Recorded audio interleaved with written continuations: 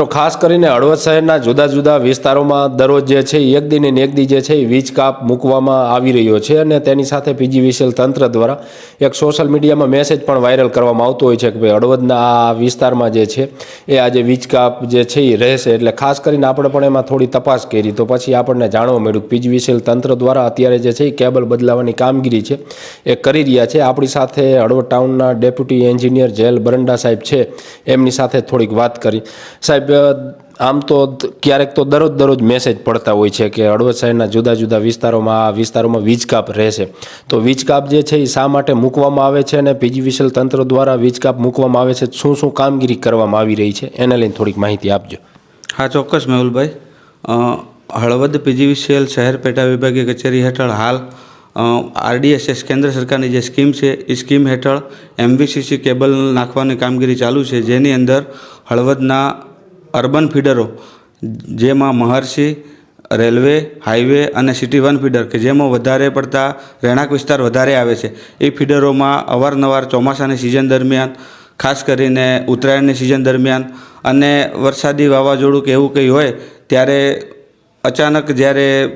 આફત આવી પડે છે ત્યારે વીજ વાયરો ભેગા થાય છે અને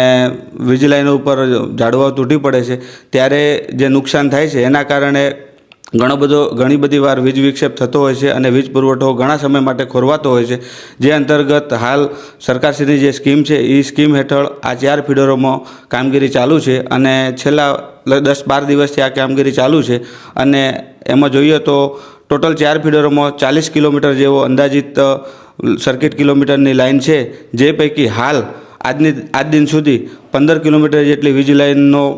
વીજ વાયર ઉતારીને કેબલ નખાઈ ગયો છે અને બાકીની જે લાઇન છે એમાં કેબલ નાખવાની કામગીરી હાલ પ્રગતિ હેઠળ છે। ખુલ્લા વીજ વાયરોના કારણે અવારનવાર શોર્ટ સર્કિટ થતા તેની સાથે ઘણી વખત જે છે એ પશુઓના પણ મૃત્યુ થયાના પણ બનાવો છે એ સામે આવેલા છે। એટલે ખુલ્લા વીજ વાયરો બદલાવીને અત્યારે કેબલવાળા વીજ વાયરો નાખવામાં આવે છે। આ સાહેબ જે વીજ વાયરો નાખવામાં આવે છે તો એનાથી ખાસ શું આપણે ટાળી શકીએ, મતલબ કે એનાથી શું ફાયદો થવાનો છે? હા મેહુલભાઈ, ચોક્કસ। ખુલ્લા વીજ વાયરો જ્યારે ચાલુ હોય છે ત્યારે જો પવન આવે ને ક્યાંક વાયર ઢીલા થયેલા હોય તો બે વાયરો એકબીજા સાથે સંકળાય છે અને મોટો વીજ વિસ્ફોટ થવાથી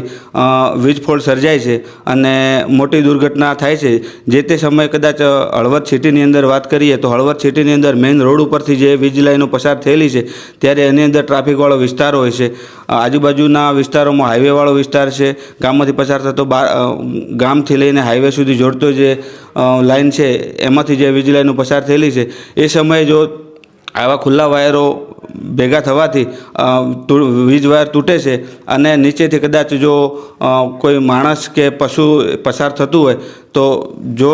એના સીધા સંપર્કમાં આવે તો વીજ અકસ્માત થવાના પણ ઘણા બધા ચાન્સીસ રહેતા હતા। એ બધી પરિસ્થિતિને ધ્યાનમાં લઈને સરકારશ્રીની આ યોજના હેઠળ ખુલ્લા વીજ વાયરોને કાયમી ધોરણે એ ફીડરમાંથી હટાવીને કેબલ નાખવાની કામગીરી ચાલુ છે, જેનાથી ચોક્કસ મેહુલભાઈ કે આવનારા સમયમાં ચોમાસાની અંદર ઘણી બધી રાહત રહેશે અને ખાસ કરીને ઉત્તરાયણની અંદર જ્યારે નાના બાળકો પતંગ ચગાવતા હોય છે અને દોરી ક્યાંક વાયરની અંદર ભરાય છે અને ખેંચે છે, એ લોકોને ખબર નથી હોતી કે આનાથી શું મોટું નુકસાન થાય છે, પરંતુ જ્યારે ખેંચે છે અને મોટા ધડાકો થાય છે ત્યારે મોટી દુર્ઘટના સર્જાવાની પણ મોટી શક્યતા રહેલી હોય છે। આવનારા સમયમાં આ બધી વસ્તુ થઈ જવાથી ગ્રાહકોને ચોક્કસ આ બધી વસ્તુમાંથી મુક્તિ મળશે અને